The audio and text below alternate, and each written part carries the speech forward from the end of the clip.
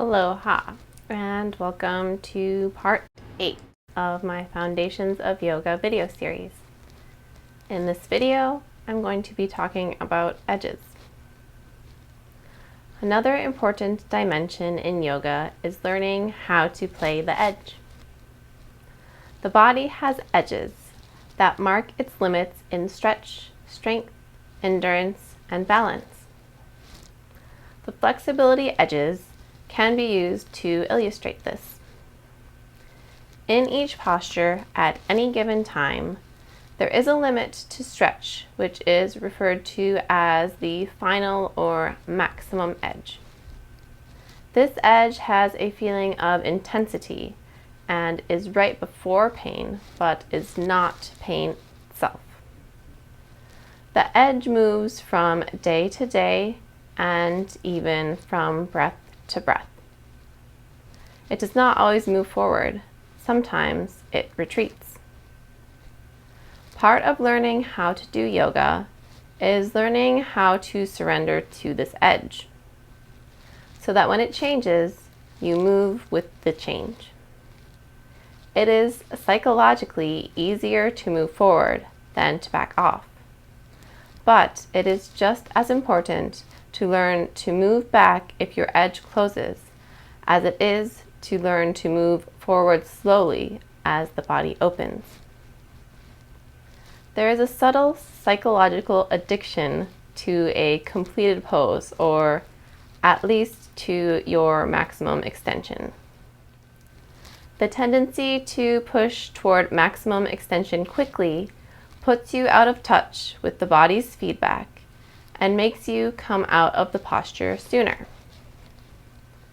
Out of the memory of how flexible I was yesterday, I can be unconsciously pushing toward that remembered level of flexibility, being content if I meet it, enthused if I surpass it, and disappointed if I cannot reach it. Even though postures usually have one or more major areas where the stretch is most deeply felt, each posture ideally involves the whole body. If you reach your maximum edge too quickly, you may bypass many areas. This gives the illusion of a completed stretch, but the body may not be properly aligned, nor really as open as it can be. Opening the accessory areas of a posture before you reach for maximum extension helps ensure proper alignment and ultimately deepens the main stretch. There is another less obvious edge that is very easy to miss, called the minimum edge.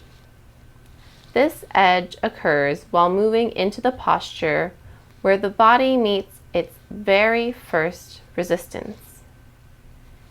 In beginning a pose, initially you move with ease until the first hint of sensation of blockage or holding appears. This is the first edge. And it's very important to stop here and acclimatize yourself. Realign the posture and become aware of your breath and deepen it. Your attention should be in the feeling, waiting for it to diminish, at which point the body will automatically move to a greater depth and a new edge will appear. This process repeats itself until you eventually reach your final edge. By this time, your body has opened with minimal resistance or effort. Often, the more slowly and carefully you treat your early edges, the deeper the final edge will be. Building endurance involves staying longer at the early edges and moving slowly toward intensity. The closer you are to the final edge, the less endurance you tend to have. Learning to hold the posture at intermediary edges until you can deepen and slow the breath enables you to relax along the way. Playing edges slowly in this fashion has the advantage of giving you better alignment throughout the whole process and a sharper capacity to listen to feedback, which enables you to enjoy greater levels of intensity without pain and minimizes the possibility of injury. Edge playing also allows you to get in touch with the sensual nature of the posture and the quality of feeling in the stretch, so that each pose can become a fully enriching experience. It is vital to know the difference between pain and intensity. The line between them might sometimes appear nebulous, but it is actually well defined by the state of your mind. Pain is not only physical, but psychological too, for it involves a judgment of discomfort, not liking to be there. If you are running from the feeling, it's pain. Intensity that is not pain generates an energy and sensuous quality that turns you on. Fear and ambition can often cloud the difference between pain and intensity. If you're afraid of hurting yourself, low levels of feeling can be interpreted as pain and therefore avoided, whereas ambition can make you ignore or tolerate pain.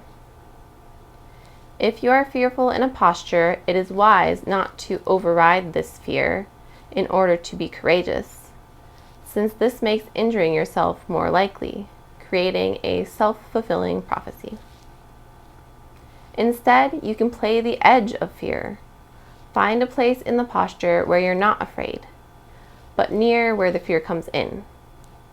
Hold this position, deepen the breath, and wait for relaxation to come and the body to open. Only then do you move forward. You may apply these strategies to moving through all fear and pain in your life, not just fear or pain experienced in yoga postures. If you are aware of being ambitious in a posture, stay with your first edge longer and move through your intermediary edges more slowly. This will bring a feedback sensitivity that can help counter the tendency to ignore the body's messages. Pain is often hard to recognize as it isn't necessarily sharp or intense, and great intensity doesn't always mean pain. If the feeling is such that you are trying to get away from it, it's pain. If you are afraid, even at relatively low levels of intensity, this is your edge, by definition. You can become less fearful by opening slowly, rather than pushing past psychological limits. Running away from pain can take different forms. Stoically enduring, waiting to get the posture over with, thinking of something else, or rushing the posture. These states are often feedback indicating discomfort. Pain causes inattention in a pose, actually increasing the likelihood of overextending the body. Most injuries in yoga are brought about by ambition or inattention, usually both. Ambition in a posture takes many forms. Holding it a prescribed length of time, trying to stretch as far as someone else, unconsciously reaching for remembered levels of flexibility, or trying to achieve or reproduce psychic states. Ambition is a characteristic of thought, and therefore a fact of life, as is comparison. You cannot eliminate ambition through effort, for the very effort is ambition.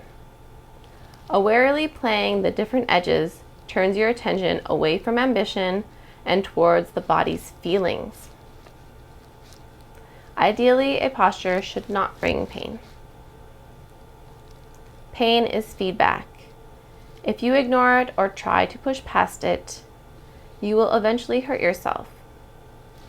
Doing yoga with habitual discomfort colors your attitude toward yoga, making you more reluctant to do it. It also turns yoga into a chore instead of the joy that it could be. Let pain be your guide in your poses and in your life. Pain carries messages, and if you try to silence it instead of listening to it, you will never understand it, and you will dull your entire life experience. That's it for this episode. See you in the next one.